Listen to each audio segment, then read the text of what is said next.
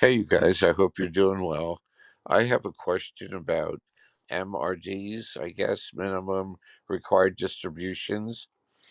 For a 403B, I know that you have to start taking them at a certain time, 72 and a half, or I don't know if they've changed that.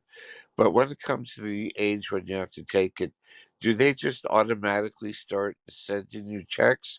Do you have to fill out an application? Blah, blah, blah. What is the process for you to start taking it so that you don't get penalized? Thanks. All right. Good question. So, required minimum distributions, RMDs or MRDs is Right. what Scott likes to call them. Yeah, and a lot of people do call them MRDs. The age right now is 72, so that's our current age. There's some legislation that could make that longer, but at the moment it's 72. And if you do not take your required minimum distribution, you are penalized. It's a 50% penalty. So let's say Scott has to take $10,000 as a required distribution from the account, and he doesn't take it. He is penalized $5,000. So it's a pretty hefty penalty if you do not take your required distribution. And you would think with that big of a penalty, they would just send you a check, but they don't. You have to request the money from the custodians. Well, you do. And I think it's partly because the year you turn 72, you don't have to take your required minimum distribution that year. You could take two the following year. And then some people want to take it at the first of the year. Some people want to wait to the end of the year. So the IRS gives you all that choice. The brokerage house doesn't know what you want to do. So you have to take action on that. If you have an IRA, multiple IRAs, you can take one required distribution from one IRA.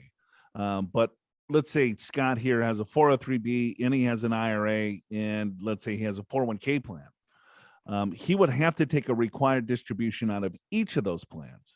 So then that's where it even gets more complex.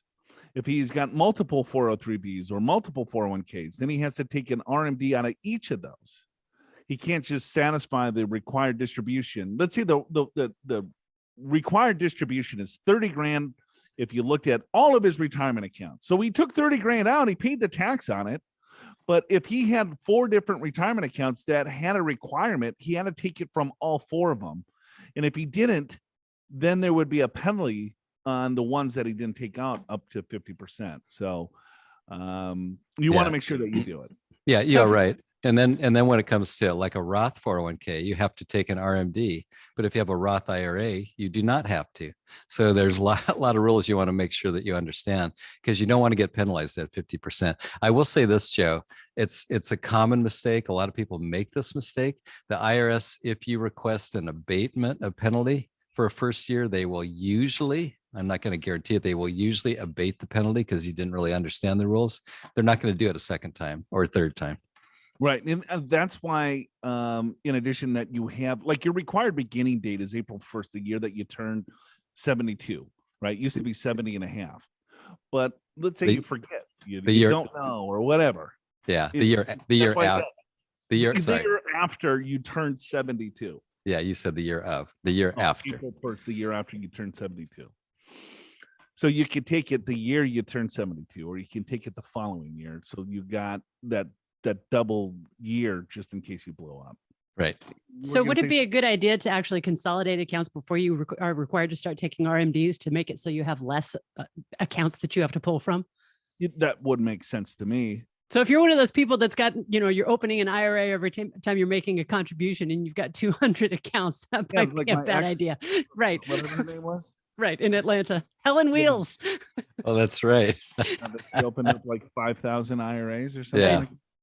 Well, they're IRAs, so she could just take one RMD. But if there you go. Yeah, that's what's so hard about this. If it's IRAs, you can treat it as if it's one account, even though you got 25 or 500 accounts.